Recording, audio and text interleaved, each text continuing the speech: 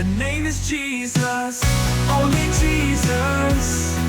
Oh, only Jesus. Only Jesus. Welcome back to Faithful Chats. Today, we're continuing through the Sermon on the Mount and tackling a topic that can feel sensitive and personal: divorce. In Matthew chapter 5, verses 31 to 32, Jesus offers a perspective that challenges both his audience and us today to think deeply about the sanctity of marriage. That's right. Jesus starts by saying, "It has been said, anyone who divorces his wife must give her a certificate of divorce." This refers to a practice allowed under the law of Moses, found in Deuteronomy chapter 24, verses 1 to 4. At the time, a man could divorce his wife by giving her a written certificate. It was intended as a way to provide legal protection for women. But over time, it was often abused, with some men divorcing their wives for trivial reasons. Exactly.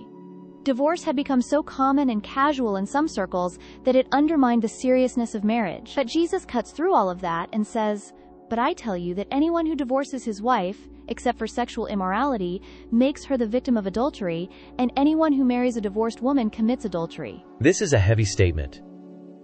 Jesus is essentially saying that marriage is far more sacred than people were treating it, and divorce shouldn't be taken lightly. Right. In God's design, marriage is a lifelong covenant, a reflection of his faithful relationship with his people. Jesus emphasizes that breaking this covenant has serious consequences, not just legally, but spiritually and relationally. Now, it's important to point out that Jesus does acknowledge a circumstance for divorce: sexual immorality. This refers to unfaithfulness in the marriage, which breaks the trust and bond at the heart of the covenant. And even then, Jesus isn't saying divorce is required, only that it's permitted in such cases. The goal is always reconciliation and healing wherever possible. This teaching was as radical then as it is now.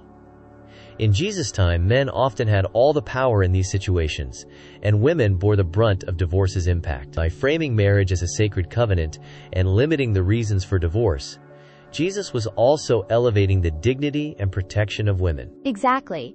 And while this passage focuses specifically on divorce, it also challenges all of us to take a hard look at how we view marriage and relationships. Are we entering into them with the seriousness and commitment they deserve? So what does this mean for us today? First, it's a call to honor the covenant of marriage.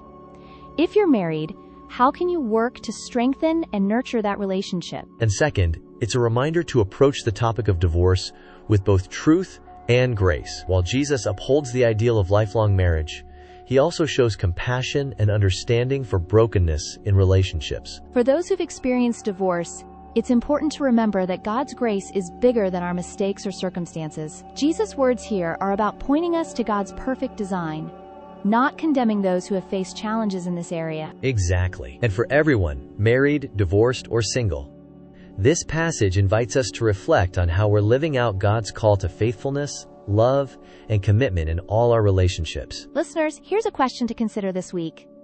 How can you reflect God's faithfulness and love in your relationships, whether in marriage, family, or friendships? We'd love to hear your thoughts or stories.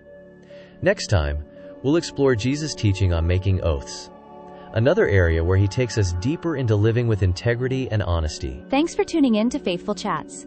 Until next time, let's pursue relationships that honor God and reflect his love to others. As we wrap up today's episode, we want to remind you that we don't shy away from difficult topics just like the Bible. We believe tackling challenging subjects head-on is important, because that's how we grow and learn together. However, we know that sometimes these kinds of conversations don't exactly help with the algorithms. So if you found today's episode valuable, we'd love for you to share it with friends, Christian or otherwise. Help us spread these important messages far and wide. If you'd like to support the creation of these episodes and help us continue diving into tough but essential topics, consider becoming a patron or grabbing some merch. All the information is below. Your support makes all the difference. Thank you for listening. And until next time, keep growing in faith, truth, and love.